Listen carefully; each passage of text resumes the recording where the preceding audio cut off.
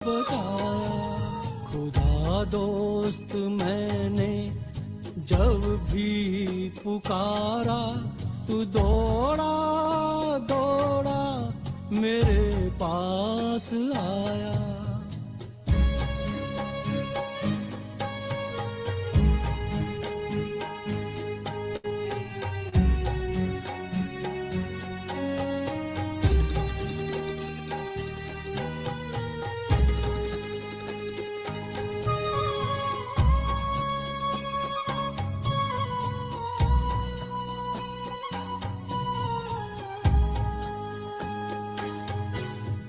दुनिया की गर्दिश से मैं ना रुकूंगा, तेरा हाथ थामे मैं आगे बढ़ूंगा।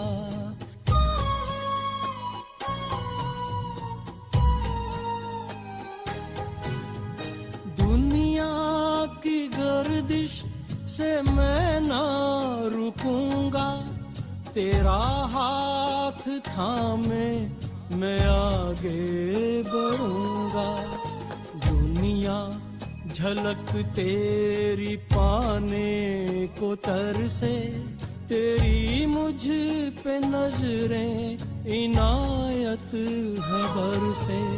खुदा दोस्त मैंने जब भी पुकारा, तू दौड़ा दौड़ा मेरे पास आया।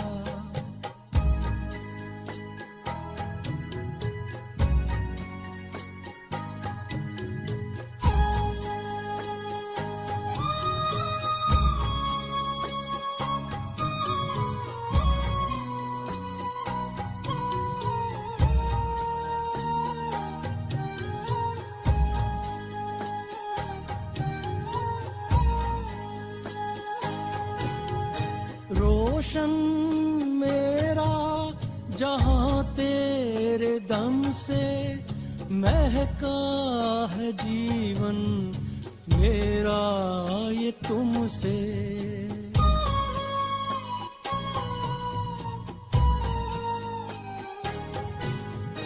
रोशन मेरा जहां तेरे दम से, महका है जीवन मेरा ये तुमसे।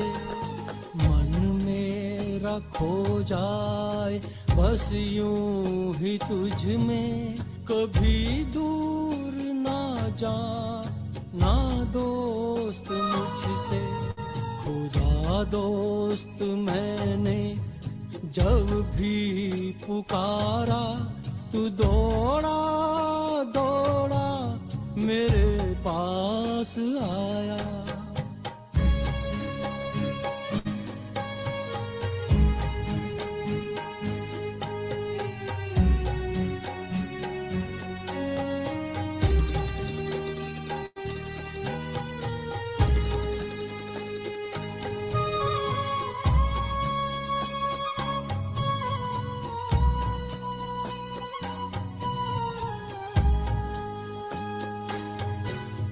तड़फता है दिल तुझसे मिलन को, दिन रात चाहता है तेरे लब को।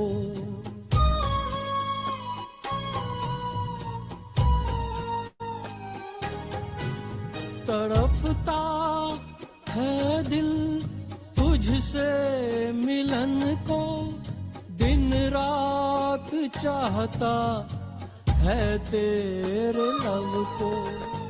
मैंने तो माना खुदा दोस्त तुमको, कयामत का वादा निभाना है तुमको। खुदा दोस्त मैंने जब भी पुकारा, तू दौड़ा दौड़ा मेरे पास आया।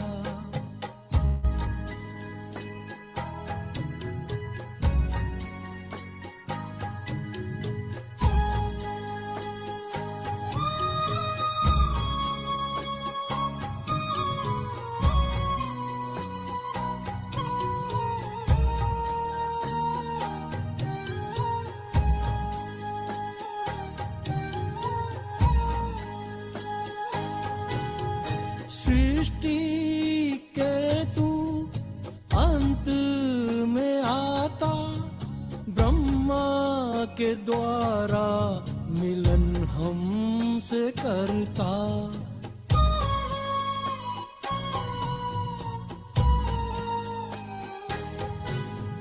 सृष्टि के तू अंत में आता, ब्रह्मा के द्वारा मिलन हमसे करता।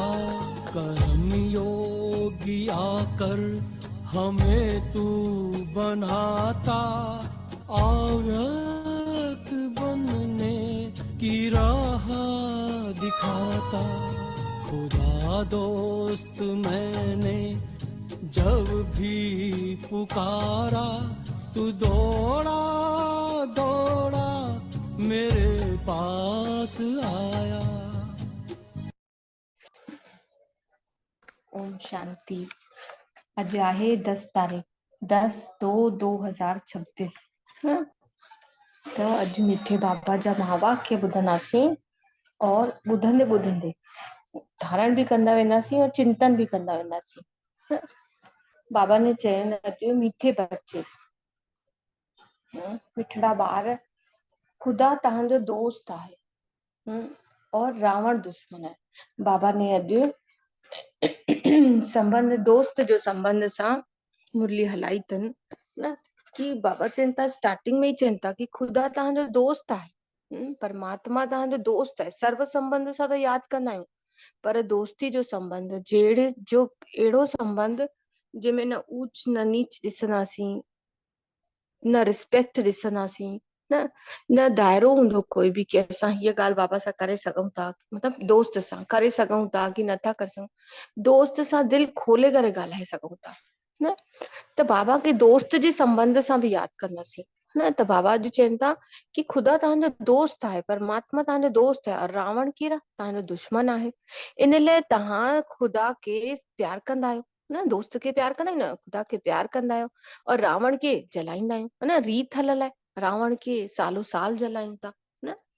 त बाबा चवनि था, प्रश्न था कनि बाबा कि कहिड़ा ॿार आहिनि जंहिंखे खोड़ ॼणनि जो मतिलबु अनेकनि जो आशीर्वाद स्वतः ही मिलंदो रहंदो आहे। फिर मीठा बाबा उत्तर था ॾियनि पिया, जेके ॿार यादि में रही करे, जेके परमात्मा जी यादि में रही करे पाण खे पवित्र ठाहींदा आहिनि और ॿियनि खे बि, ॿियनि आत्माउनि खे बि आप समान ठाहींदा आहिनि, बाप समान ठाहींदा आहिनि, उन ॿारनि खे अनेकनि जो आशीर्वाद मिलंदो आहे, उन्हनि खे अनेकनि जी दुआऊं मिलंदियूं आहिनि। ज्ञान ॿुधी करे परमात्मा जो खे ज्ञान ॿुधी करे परमात्मा जी पहचान ॾेई मिलंदी आहे कंहिंखे, त सभिनि जा दुख दूर थी वेंदा आहिनि न।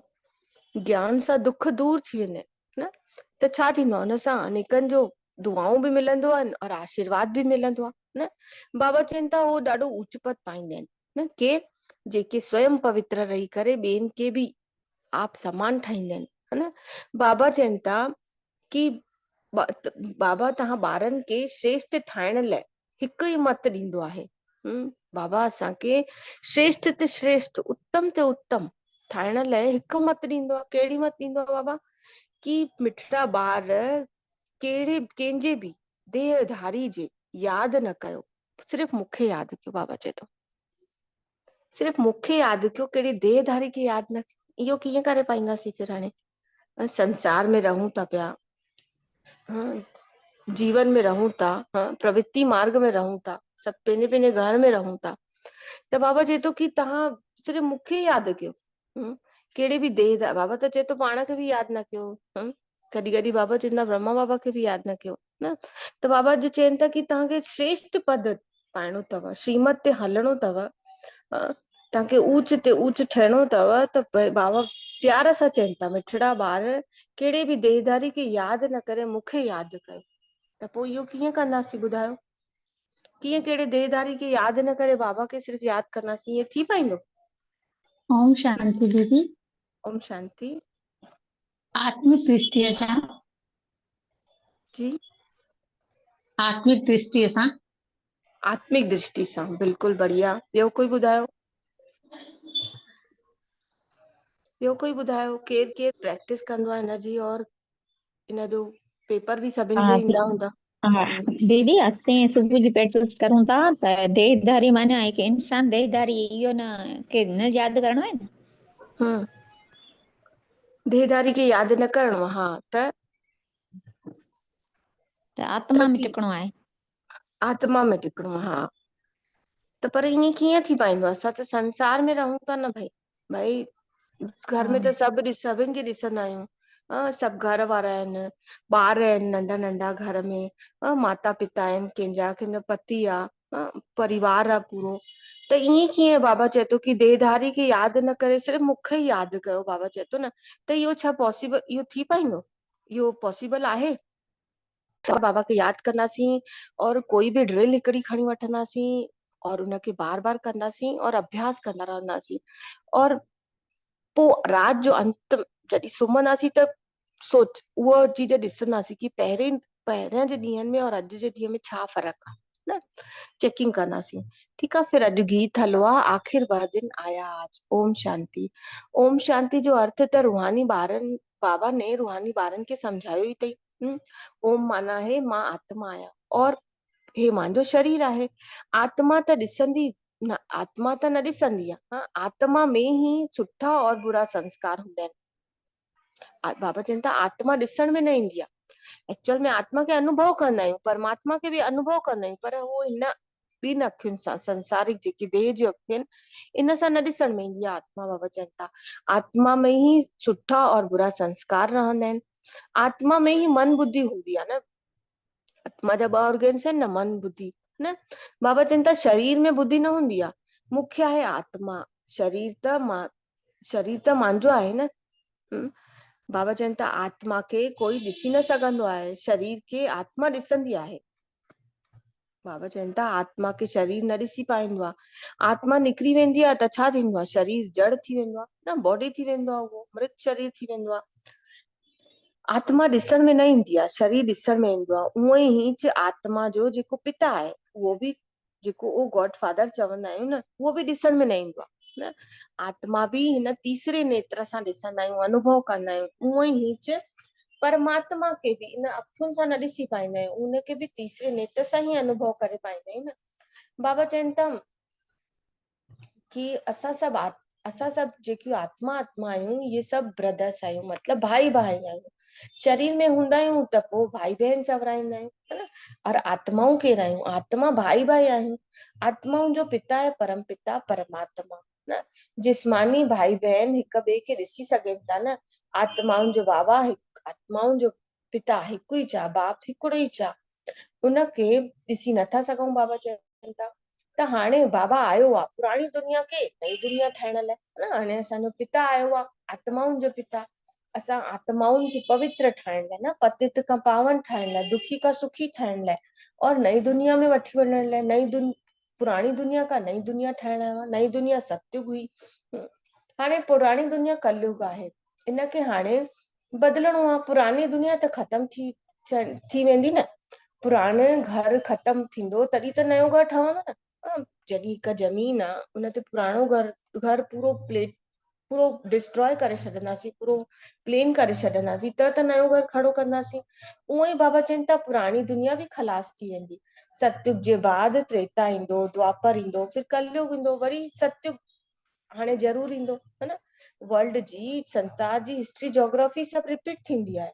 सतयुग में हूंदा आहिनि देवी देवता जा राज, सूर्यवंशी और चंद्रवंशी। उन्हनि खे चवंदा आहियूं लक्ष्मी नारायण जी डिनेस्टी, मतलब लक्ष्मी नारायण जी राजधानी सूर्यवंशी, और फिर चंद्रवंशी मतलब सीता और राम सीता जी राजधानी थींदी आहे। हे ॾाढो सहज आहे न।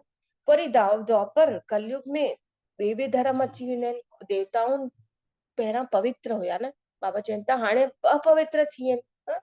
त हाणे छा चवंदा आहियूं? रावण राज्य आहे। देवताउनि जो राज्य हो त राम राज्य हुयो, लक्ष्मी नारायण जो राज्य हुयो, सुख जो राज्य हुयो। और हाणे आहे दुख जो राज्य, रावण राज्य। रावण खे वर्ष जलाईंदा बि आहियूं, परंतु जलंदो न आहे, वरी वरी जलाईंदा रहंदा आहियूं। इहो बि कहिड़ो हिकदमि अजीब टाइप जो रावण आहे कि वरी वरी जलाईंदा रहंदा आहियूं। इहो एक्चुअल में मन जो रावण आहे, जो दिन प्रतिदिन वॾो थींदो थो वञे पियो। बाबा चवनि था इहे सभिनि खां वॾो दुश्मन आहे न, इन लाइ हिनखे जलाइण जी रस्म ठाती अथनि। भारत जो नंबर 1 दुश्मन केरु आहे? और वरी नंबर 1 दोस्त असांजो केरु आहे? सुख ॾियण वारो हिकु ख़ुदा आहे। बाबा चवनि था ख़ुदा दोस्त चवंदा आहियूं न। हिन हिन ते कहानी बि आहे त बाबा चवनि था ख़ुदा दोस्त आहे, उनखे कॾहिं बि जलाईंदा न आहियूं। पर जेको रावण आहे इन लाइ 10 शीश वारो रावण ठाहींदा आहिनि, उनखे वर्ष जलाईंदा आहियूं। 10 शीश वारो मतिलबु 10 मतियूं आहिनि असांजूं न, उनखे वरी सां जलाईंदा आहिनि। गांधी जी बि चवंदा हुया कि असांखे राम राज्य खपे। हू चवंदा न कि राम राज्य जी स्थापना करणी आहे। राम राज्य में सुख आहे, रावण राज्य में दुख आहे। हाणे केरु वेही करे सम्झाए थो? बाबा पुछनि था हाणे इहो केरु वेही सम्झाए थो? पतित पावन बाबा तो वेही सम्झाए न। शिव बाबा ब्रह्मा बाबा आहे दादा। शिव बाबा हमेशा सही बि चवंदा आहिनि कि बाप दादा। बाबा हमेशा सही बि चवंदा आहिनि कि बाप दादा। प्रजापिता ब्रह्मा बि त सभिनि जो आहे न, जेके एडम चवंदा आहियूं उनखे ग्रेट ग्रैंडफादर बि चवंदा आहियूं। छो कि मनुष्य सृष्टि जो उहो प्रजापिता आहे। प्रजापिता ब्रह्मा द्वारा ब्राह्मण रचिया आहिनि। वरी ब्राह्मण सो देवता ठहंदा आहिनि। प्रजापिता ब्रह्मा असांखे ब्रह्मा बाबा असांखे एडॉप्ट कयो अथई त असां ब्राह्मण ठता आहियूं। और पोइ वरी ब्राह्मण सो देवता ठहंदा आहियूं। फिर देवता खां पोइ वरी क्षत्रिय ठहंदा आहियूं। फिर वैश्य ठहंदा आहियूं, वरी शूद्र ठही वेंदा आहियूं। इनखे चवंदा आहियूं न कि प्रजापिता ब्रह्मा आहे मनुष्य सृष्टि जो वॾो। प्रजापिता ब्रह्मा के केतिरा ढेर ॿार आहिनि। बाबा चवंदा रहंदा आहिनि इहो आहे असांजो साकार बाबा, और शिव बाबा आहे असांजो निराकार बाबा। ॿई बाबा आहिनि, पर ब्रह्मा बाबा आहे असांजो साकार बाबा और शिव बाबा आहे असांजो निराकार बाबा। गायो बि वेंदो आहे न कि प्रजापिता ब्रह्मा द्वारा नई सृष्टि जी रचना थी आहे। हाणे तव्हांखे इहा पुराणी दुनिया जेकी खाल आहे, बाबा चवनि था हाणे हीअ तव्हांजी पुराणी खाल आहे। हीअ तव्हांजी पतित दुनिया रावण राज्य आहे। हाणे रावण जो आसुरी दुनिया ख़तम थियण वारी आहे। इन जे लाइ हे महाभारत लड़ाई थींदी आहे न। वरी सतयुग में हिन रावण दुश्मन के कोई जलाईंदो न आहे। सतयुग में रावण न हूंदो आहे, हुते जलाइण जी दरकार न हूंदी आहे। बाबा चवनि था रावण ने दुख जी दुनिया ठाती अथई। ईअं न आहे कि हुनजे पास पैसा ॾाढा आहिनि, वॾा महल आहिनि त उहो स्वर्ग में आहे। बाबा चवनि था कि न रावण ने पूरी दुनिया खे दुखी कयो अथई न। बाबा सम्झाइनि था कि भले कंहिंखे केतिरा बि पैसा हुजनि, करोड़पति आहे, परंतु इहो त सभु मिटी में मिली वेंदो न। नई दुनिया मां वरी नई नयूं खानियुनि मां निकिरंदी आहे, जंहिंसां नई दुनिया जो महल आदि सभु ठहंदा आहिनि, है न। हे पुराणी दुनिया सभु ख़तम थी वेंदी आहे। नई दुनिया में सभु कुझु नयो हूंदो। भक्ति बाबा चवनि था मनुष्य भक्ति कंदा आहिनि न त सदगति जे लाइ कंदा आहिनि। असांखे पावन ठाहिनि, चवंदा आहिनि परमात्मा खे कि असांखे पावन ठाहियो। हिन विवश जेको दुनिया आहे, असां हिते विवश दुनिया में विवश ठही आहियूं, पतित ठही आहियूं। त बाबा चवनि था कि विवश के पतित चवंदा आहियूं, मतलब विवश के पतित भी चवंदा आहियूं। बाबा चवनि था सतयुग में आहे ही वॉइसलेस, संपूर्ण निर्विकारी। सतयुग में आहियूं असां, कोई हिंसा न हूंदी उते न, कोई अहिंसा न हूंदी उते, कोई मार काट, कोई दुख द्वेष ये सब चीजूं काम क्रोध कुछ न हूंदो। बाबा चवनि था उहा दुनिया हूंदी संपूर्ण निर्विकारी। हुते ॿार योग बल सां पैदा थींदा, विकार हुते थींदा ई न आहिनि। न देह अभिमान हूंदो, न काम हूंदो, न क्रोध हूंदो, न लोभ, न अहंकार। 5 विकार हूंदा ई न आहिनि। इन लाइ हुते कॾहिं बि सुवर्ण के जलाईंदा न आहियूं। हुते रावण खे कॾहिं बि न जलाईंदासीं। हिते त रावण राज्य आहे। बाबा चवनि था कि तव्हां पवित्र ठहियो, है न। बाबा चवनि था हे हिकु जनम, चवंदा आहिनि न बाबा हिकु जनम मुंहिंजे लाइ पवित्र ठहियो। हे पतित दुनिया ख़तम थींदी त जेके श्रीमत ते हलंदा, श्रीमत ते हली करे पवित्र ठहंदा, उहे बाबा जी मत ते हली करे विश्व जी बादशाही जो वरसो वठंदा। बाबा जी मत ते हली करे विश्व जी बादशाही जो वरसो वठंदा, केर जेके पवित्र रहंदा न। बाबा चवनि था हिन लक्ष्मी नारायण जो राज्य हुयो न, हाणे रावण राज्य आहे, जेको ख़त्म थियण वारो आहे। सतयुग राम राज्य स्थापना थींदी। सतयुग में ॾाढा थोड़ा मनुष्य हूंदा आहिनि। उते भी कैपिटल जेकी राजधानी हूंदी आहे न, उते भी दिल्ली हूंदी आहे। बाबा चवनि था हिते लक्ष्मी नारायण जो राज्य हूंदो आहे न, त दिल्ली सतयुग में परिस्थान हुई। दिल्ली ही राजधानी हुई, गद्दी हुई, है न। रावण राज्य में ही दिल्ली कैपिटल आहे, और राम राज्य में भी मतलब भी भारत जी राजधानी दिल्ली आहे। और ओॾीमहिल भी बाबा चवनि था कि भारत जी राजधानी दिल्ली हूंदी आहे, परिस्थान हूंदो आहे उहो। परंतु राम राज्य में जो हीर जवाहरातनि जा महल हुया, अथाह सुख हुयो। हाणे बाबा चवनि था तव्हांखे विश्व जो राज गवाए छॾियो अथव, मां वरी सां तव्हांखे ॾियण आयमि आहियां। तव्हां मुंहिंजी मत ते हलो, श्रीमत ते हलो, श्रेष्ठ ठहियो, त सिर्फ़ उनजे लाइ तव्हां बाबा चवनि था मूंखे यादि कयो, कहिड़े बि देहधारी खे यादि न कयो। श्रीमत ते हलो, मूंखे यादि कयो, आत्मा समझी करे उन परमात्मा खे यादि कयो। बाबा चवनि था पाण खे आत्मा समझी करे बाबा खे यादि कयो त तमो प्रधान खां सतो प्रधान ठही वेंदो।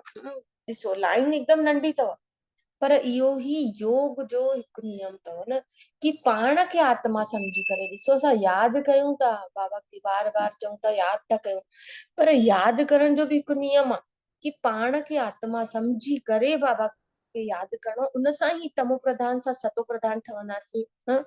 असांजा विकर्म विनाश थींदा। त इहो यादि रखिणो आहे कि बार बार पाण खे आत्मिक रूप में ॾिसणो आहे। पाण खे आत्मा ॾिसंदासीं तॾहिं त परमात्मा खे परमात्मा जे सत्य स्वरूप में, यथार्थ स्वरूप में ॾिसी पाईंदासीं न। त बाबा चवनि था तव्हां मां वटि हली अचो न। बाबा चवनि था मुंहिंजे गले जी माला ठही करे पोइ वरी विष्णु जी माला ठहंदा आहियो। माला जे मथां मां आहियां, जेको फूल हूंदो आहे, जेकी रुद्राक्ष माला बि ॾेखारींदा आहिनि न, उनमें हिकु गुल हूंदो आहे, उहो बाबा आहे। और ॿिन्हिनि साइड जेके हूंदा आहिनि न, उहे ब्रह्मा और सरस्वती आहिनि। ब्रह्मा बाबा और मम्मा। और उहे ई सतयुग में पहिरां महाराजा और महारानी ठहंदा आहिनि। उन खां पोइ सॼी माला आहे नंबरवार गद्दी ते उनजे अंदर में ही फिर सभु गद्दी ते वेठा हूंदा आहिनि। बाबा चवनि था मां हिन भारत के न ब्रह्मा सरस्वती, है न, और ब्राह्मणन जे द्वारा, बाबा चवनि हिन भारत के न ब्रह्मा सरस्वती और ब्राह्मणन जे द्वारा, मतलब असां ब्राह्मणन जे द्वारा बाबा हिन दुनिया के स्वर्ग ठाहे थो। जेकी जो मेहनत कंदा आहिनि उन्हनि खे ही वरी यादि हूंदी आहे। जेके मेहनत कंदा आहिनि बाबा चवनि था उहे ई वरी यादगार ठहंदा आहिनि। जेके 108 में ईंदा, 16,108 में ईंदा, उन्हनि देवी देवताउनि खे त अॼु पूॼनि था न सभु ॼणा, यादगार आहिनि न, उहे त अॼु न। बाबा चवनि था उहा है रुद्रमाला। वरी थींदी आहे कि विष्णु जी माला। रुद्रमाला आत्माउनि जी और विष्णु जी माला मनुष्यनि जी हूंदी आहे। आत्माउनि जे रहण जो स्थान निराकारी परमधाम आहे, जंहिंखे ब्रह्मांड भी चवंदा आहिनि न। आत्मा कोई अंडे मिसल न हूंदी आहे। बाबा चवनि था आत्मा त हिकदमि नंढी बिंदी जे मिसल हूंदी आहे, नंढी सी न, राई जे दाणे खां बि नंढी न। असां सभु आत्माऊं पंहिंजे स्वीट होम में रहंदा आहियूं, बाबा जे पास, है न। असां आत्माऊं रहंदा आहियूं, वरी वेंदा आहियूं उतां खां मुक्ति धाम, मतलब वरी पोइ केॾे वेंदा आहियूं, सतयुग में वेंदा आहियूं। मनुष्य त सभु चाहींदा आहिनि कि असां मुक्ति धाम में वञूं, परंतु वापसि कोई हिकु बि वञी नथो सघे पियो। जंहिंजो पाठ सभिनि खे पाठ में वञिणो अचिणो ही आहे न, उते रुकी नथा सघूं पिया असां। बाबा चवनि था सभिनि खे पाठ वॼाइण लाइ चाहे पोइ चाहे पहिरां अचिणो ई पवंदो आहे। तेसि ताणी बाबा तव्हांखे तयार कंदा रहंदा आहिनि। तव्हां तयार थींदा आहियो, वरी जो भी आत्माऊं आहिनि उहे सभु ईंदियूं आहिनि, फिर खलास थींदो आहे। परमधाम भी पूरो खाली थींदो आहे न। सभु आत्माऊं स्टेज ते आख़िरी महिल छा थींदो आहे, कोई ड्रामा भी हलंदो आहे न, त आख़िरी में स्टेज ते सभु ॼणा इकट्ठा ईंदा आहिनि। उअं ई ॾिसो आहे मनुष्यनि जी संख्या कीअं वधंदी थी वञे पई, छोकी सभु आत्माऊं मथां खाली थींदी थी वञनि। पोइ वरी हीअ धरती खाली थींदी न, सभु आत्माऊं वञी उते विश्राम कंदियूं। और फिर जेके नंबर 1 पाठ अनुसार फिर नई दुनिया में ईंदा राज्य करण लाइ, उहो बि नंबरवार चक्र लॻाईंदा। बाबा चवनि था गीता में बि इहो आहे न, ॿुधो अथव न कि आख़िर वह दिन आया आज। तव्हां ॼाणंदा आहियो न कि भारतवासी हाणे नरकवासी आहिनि, उहे वरी स्वर्गवासी ठहंदा, बाक़ी सभु आत्माऊं शांतिधाम में हली वेंदियूं आहिनि। सम्झाइण ॾाढो सहज आहे, अल्फ बाबा और बे बादशाही। अल्फ को बाबा चवनि था अल्फ खे बादशाही मिली वेंदी आहे। हाणे बाबा चवंदा आहिनि कि मां वरी सां उहो राज्य, वरी फिर सां उहो राज्य स्थापन कयां थो, सतयुग राज्य, नई दुनिया जो राज्य वरी सां स्थापन कयां थो। तव्हां 84 जन्म भोगे करे हाणे पतित ठही आहियो। हाणे पतित कें ठातो अथई? रावण ने ठातो अथई। बाबा चवनि था पतित तव्हांखे रावण ठातो अथई, वरी पावन केरु ठाहींदो अथव? परमात्मा भगवान ठाहींदो आहे। जंहिंखे सॾु कंदा आहियूं न कि हे पतित पावन अचो, उहो पतित पावन आहे। तव्हां कीअं पतित सां पावन और वरी पावन सां पतित ठहंदा आहियो? इहा सॼी हिस्ट्री जोग्राफी जेकी आहे न, सॼी रिपीट थिए थी न। इहो चक्र जेको आहे 84 जो चक्र, इहो सॼो रिपीट थिए थो। हे विनाशी आहे, हे विनाश हे विनाश इनजे लाइ आहे न, छोकी ॾिसो पुराणी दुनिया ख़तम थींदी त नई दुनिया ठहंदी न। 84 खां पोइ वरी एक खां चालू थींदो न पाठ। बाबा चवनि था ब्रह्मा जी आयु बि शास्त्रनि में 100 वर्ष जी ॿुधाई अथनि। हे त ब्रह्मा आहे न, हे जेको ब्रह्मा आहे, जंहिंखे बाबा वेही करे वरसा ॾिए थो, उनजो बि शरीर छॾिजंदो। ब्रह्मा बाबा बि शरीर छॾनि, आत्माउनि खे वेही सम्झाए थो। आत्माउनि जो जेको पिता आहे बाबा आहे, जेको सम्झाइनि थो। मनुष्य खे पावन ठाहे न सघंदा। ॾिसो मनुष्य खे पावन ठाहे न सघंदा, केॾे बि देहधारी में न टिकणो आहे न। बाबा चवनि था देवता कॾहिं बि विकारनि में सां पैदा न थींदा आहिनि। जेके सतयुग में बि पैदा थी था, बाबा उनजे नाले ॿुधाइनि था कि देवता कॾहिं बि विकारनि सां पैदा न थींदा आहिनि। पुनर्जन्म त सभिनि जो थींदो आहे न। बाबा केॾे सुठे तरीक़े सां सम्झाइणी ॾियनि था कि कंहिंजी भाई एॾे सुठे सां सम्झाइणी ॾियनि था कि भला ॿुधी करे कंहिंजी तकदीर जॻजी वञे, मतां कंहिंखे कहिड़ी तुक वणी वञे कि तकदीर जॻजी वञे। बाबा चवनि था मनुष्य मात्र जी तकदीर जॻाइण लाइ न, बाबा ईंदा आहिनि मनुष्य मात्र जी तकदीर जॻाइण लाइ। असां पतित दुखी थी विया आहियूं न, त्राही त्राही करे विनाश थींदो आहे। इन लाइ बाबा चवनि था त्राही त्राही करण जे पहिरें, त्राही त्राही जेको एॾो माहौल ख़राब थींदो थो वञे, उनजे बाबा चवनि था पहले मां बेहद जे बाबा खां यादि करे उन सां वरसो वठी वठो। बाबा चवनि था न, त्राही त्राही थियण जे पहिरें, त्राही त्राही में यादि न वेहंदव। त्राही त्राही में पेपर हलंदा सभिनि जा, जेके चालू थी चुका आहिनि। हर ब्राह्मण आत्मा जा बि पेपर चालू थी विया आहिनि। त्राही त्राही जो समय चालू थी चुको आहे। ओॾी महिल तव्हांखे ईअं यादि न ईंदो आहे जेसि ताईं हिन महिल अभ्यास न हूंदो आहे बहुत काल जो न। त बाबा चवनि था हे जेको तव्हां हिन दुनिया में ॾिसो था, हिन ॿिनि अखियुनि सां, जेको बि हिन शरीर जी ॿिनि अखियुनि सां दुनिया में जेकी बि चीज ॾिसण में थी अचे, उहो सभु ख़तम थी वेंदो आहे। बाबा चवनि था फॉल ऑफ भारत मतलब भारत जो पतन थींदो, फिर राइज ऑफ भारत, भारत जो उत्थान थींदो। इहो ई खेल आहे। भारत किरंदो आहे, वरी भारत वधंदो आहे। स्वर्ग में केरु केरु राज्य कंदो आहे, हे बि बाबा ई सम्झाईंदा आहिनि। देवताउनि जो राज्य, फॉल ऑफ भारत, रावण राज्य। भाई फॉल ऑफ जेॾी महिल उत्थान थींदो आहे त छा थींदो आहे? देवताउनि जो राज्य हूंदो आहे, और जॾहिं पतन थींदो आहे त रावण जो राज्य हूंदो आहे न। कमियूं कमजोरियूं सभु अची वेंदियूं आहिनि। हाणे बाबा नई दुनिया ठाहिनि था पिया। बाबा खां पढ़ी करे नई दुनिया जो वरसा वठंदासीं। केॾो सहज आहे। बाबा चवनि था सिर्फ़ु बाबा खे, पाण खे आत्मा सम्झी करे बाबा खे यादि कयो, नई दुनिया खे यादि कयो, केॾो सहज आहे वरसो वठणु। बाबा चवनि था इहा मनुष्य सां देवता ठहण जी पढ़ाई आहे न, इहा बि सुठी रीति सां सम्झाइनि था। असांखे सुठी रीति सां सम्झणो आहे, बढ़िया सां। कहिड़ा कहिड़ा धर्म कॾहिं आया, द्वापर में खां पोइ ॿिए धर्म कीअं आया, पहिरियां सुख भोगंदा आहियूं, वरी दुख भोगंदा आहियूं। हे सारो बाबा चवनि था इहो सॼो चक्र बुद्धि में वेहणो खपे और फिरणो खपे।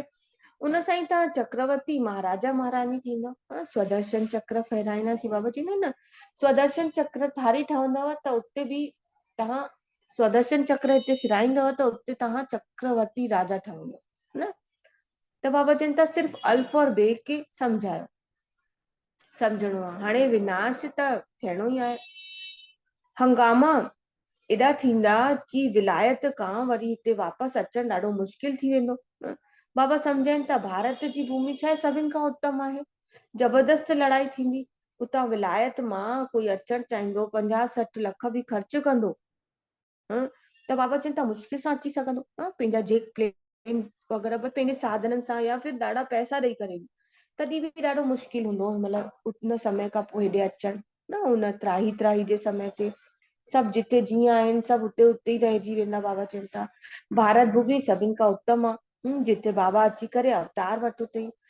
ॾिसो भारत भूमि सभिनि खां उत्तम आहे। ॾिसो बाबा असांजे ब्रह्मा बाबा न, इहो बि ॾिसो फ़ख्र जी ॻाल्हि आहे, घमंड जी न पर फ़ख्र जी ॻाल्हि आहे असांजे लाइ कि हिकु असांजे दादा लेखराज जेको ब्रह्मा बाबा ठातो न, उनखे बाबा ने चुनईंसि, उनने परमात्मा खे चुनईंसि दादा के, ब्रह्मा बाबा के, जेको असांजे सिंधी बाबा हुयो न।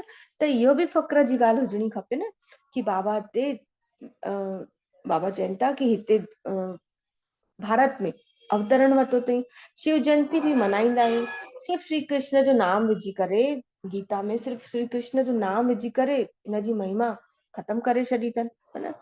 सभी मनुष्य मात्र लिबरेट हितां ई अची करे बाबा चवनि था सभी मनुष्य मात्र जेके आहिनि जो लिबरेटर मतिलबु उन्हनि खे छॾण पतित दुनिया सां हिन दुख सां छॾाइण वारो हिते ई अवतार अची वठंदो आहे शिव बाबा न।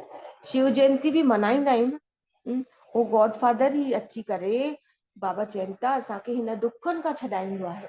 त अहिड़े बाबा जो नमन करणो खपे असांखे, उनजी जयंती मल्हाइणी खपे असांखे। परंतु बाबा उहो बाबा हिते भारत में अची करे सभिनि खे पावन ठाहे थो न। त सभिनि खां वॾो तीर्थ स्थल बि आहे। भारत सभिनि खां वॾो तीर्थ स्थल आहे। चवंदा आहिनि न कि जंहिं ज्यादा पुण्य कर्म कयो अथई उनजो जनम भारत में थी आहे, उहो भारत में करे पुण्य कर्म जंहिंजा थीतल आहिनि न पहिरियां इन 84 जन्मनि में 83 जन्मनि में उन ई भारत में जनम वरितो अथई या पंहिंजे अंतिम जन्म में। बाबा चवनि था सभिनि खे सदगति सां बाबा चवनि था सभिनि खे दुर्गति सां छॾाए और सदगति ॾियण आया आहिनि न। केरु बाबा, हे बि ड्रामा ठतल आहे न। हाणे तव्हां आत्माऊं ॼाणो था कि असांजो बाबा असांखे हिन शरीर द्वारा इहो राज सम्झाए थो पियो कि असां आत्मा आहियूं और हिन शरीर द्वारा ॿुधंदा आहियूं। आत्मा बाबा चवनि था आत्मा अभिमानी ठहिणो आहे, आत्मा अभिमानी ठहिणो आहे। बार बार आत्मा जो अभ्यास करणो आहे, आत्मा अभिमानी ठहिणो आहे। पाण खे आत्मा सम्झी करे बाबा खे यादि कंदासीं त कट निकिरजी वेंदी। आत्मा में जेकी जंक लॻल आहे, जेकी खाद भरियल आहे, उहा सभु निकिरी वेंदी और असां छा थी वेंदासीं, प्योर थी वेंदासीं। त तव्हां बाबा जे पास अची प्योर ठहंदासीं त बाबा जे पास ईंदासीं न। बाबा चवनि था जेतिरो यादि कंदव न ओतिरो ओतिरो पवित्र ठहंदव और आप समान बि ठाहींदव। पाण असां पवित्र ठही करे फिर ॿियनि खे बि हमजीन्स खे पाण समान ठाहींदासीं। इन सां बाबा चवनि था तव्हांखे बहुत ॾाढनि ॼणनि जो आशीर्वाद बि मिलंदो आहे, दुआऊं बि मिलंदियूं न। बाबा चवनि था ऊच पद वठंदव, इन सां तव्हां ऊच पद पाईंदव। इन जे लाइ गायन बि आहे न, सेकेंड में जीवन मुक्ति न। इहो गायन आहे न, सेकेंड में जीवन मुक्ति, बसि हिकु सेकेंड में निश्चय कयोसीं। मेरा बाबा चयोसीं त सेकेंड में जीवन मुक्ति। अच्छा, फिर बाबा जी यादि प्यार मिठा मिठा सिकिल जे ॿारनि प्रति माता पिता बाप दादा जो यादि प्यार और गुड मॉर्निंग। रूहानी बाबा जी रूहानी ॿारनि खे नमस्ते और असां रूहानी ॿारनि जी रूहानी माता पिता बाप दादा के यादि प्यार गुड मॉर्निंग और नमस्ते नमस्ते नमस्ते। शुक्रिया बाबा, शुक्रिया। सार जी पहिरीं पॉइंट आहे श्रीमत ते हली करे पवित्र थियणो आहे। हर कदम बाबा जी श्रीमत ते हले विश्व जी बादशाही वठणी आहे और बाबा जे समान दुख हरता सुख करता ठहणो। श्रीमत प्रमाण पवित्र रही करे विश्व जी बादशाही वठी करे दुख हरता सुख करता ठहणो आहे। बाबा चवनि था फिर बाबा चवनि था मनुष्य सां देवता ठहिण लाइ इहा पढ़ाई सदा पढ़णी आहे, अंत समय तक पढ़ाई पढ़णी आहे। सभिनि खे आप समान ठाहिण जे लाइ सेवा करणी आहे और उन सां तव्हांखे छा आशीर्वाद मिलंदो, दुआऊं मिलंदियूं, दुआऊं प्राप्त करणी आहे। दुआउनि जो खातो वधाईंदासीं न, अगरि असांजो दुआउनि जो खातो वधंदो त महिनत न लॻंदी, फिर असां एकदमि लिफ्ट में वेही करे बाबा जे पास वेंदासीं।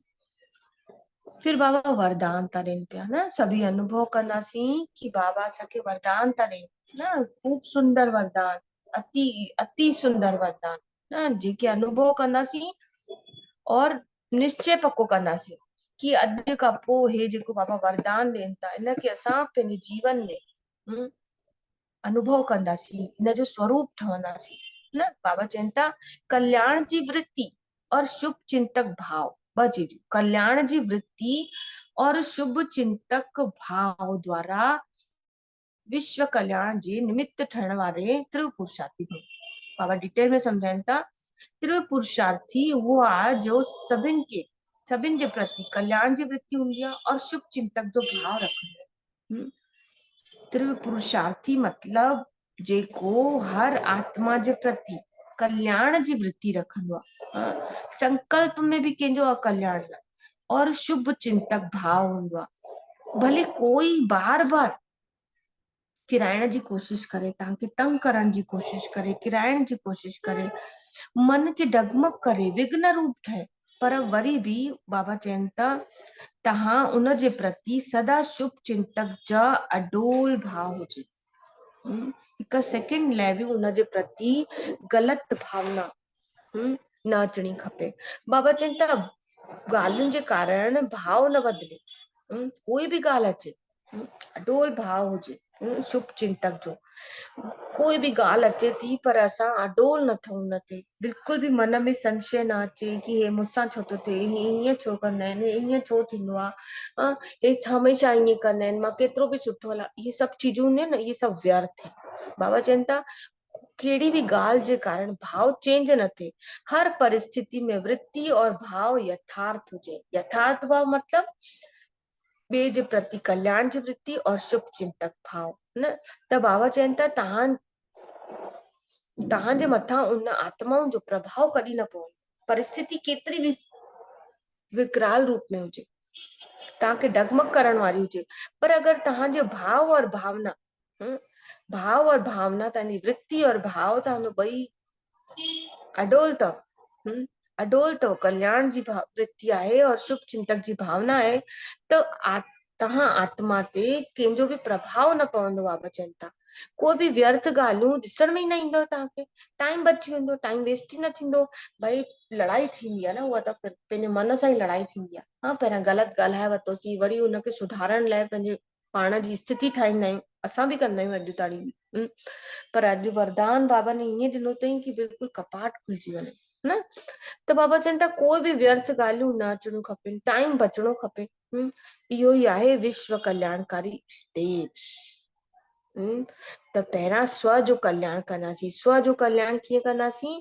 हर आत्मा जे प्रति शुभ भावना, कल्याण जे प्रति, हर आत्मा जे प्रति कल्याण जी भावना और शुभ चिंतक जो भाव हूंदो न। कहिड़ी भी केतिरी भी गिरी से गिरी स्थिति भी अचे, पर भावना और भाव चेंज न थिए त समय भी बचंदो, एनर्जी भी बचंदी, नंबर भी ज्यादा मिलंदा असांखे।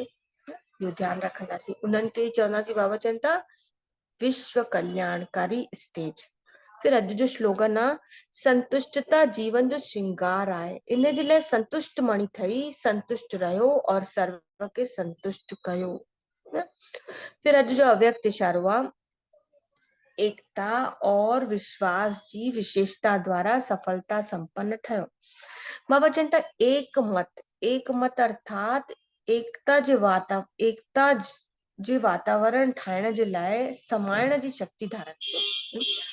एक मत मतलब सभु जेके जेतिरा ॼणा आहियूं आपस में रहूं था, उन सभिनि जी एक मत हुजे।